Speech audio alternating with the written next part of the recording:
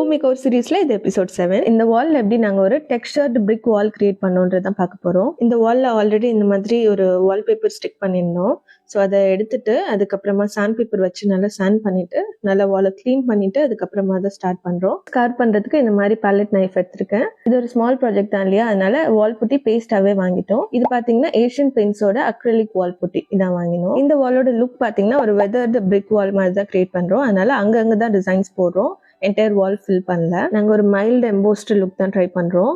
So நாங்கள் ரொம்ப அது எக்ஸ்போஸ்டாக தெரியுற மாதிரி வைக்காம ஸ்லைட்லி அங்கங்கே தேவைப்படுற இடத்துல மட்டும் இந்த மாதிரி டெக்ஸ்சர் பில்ட் பண்ணோம். அப்ளை பண்ணுறதுக்கு இந்த மாதிரி வால் புட்டி பிளேட் வாங்கியிருக்கோம். இந்த பிரிக் பேட்டர்ன் எப்படி போட்டிருக்கோம்னு பார்த்தீங்கன்னா ஜிக்ஸாக் போடுவோம் இல்லையா, பிரிக் லே அவுட் அந்த மாதிரி 2 பிரிக் மேலே போட்டிருக்கேன்னா அதுக்கும் சென்டரில் கீழே ஒரு பிரிக் வரையிறேன். மெட்டீரியல் காஸ்ட் பிரேக் டவுன் நான் ஸ்க்ரீனில் டிஸ்பிளே பண்ணுறேன். டோட்டலி 245 rupees ஆனது. இந்த வால்க்கு எப்படி பெயிண்ட் பண்ணியிருக்கோன்னு நெக்ஸ்ட் எபிசோட்ல பார்க்கலாம். Cheers, bye.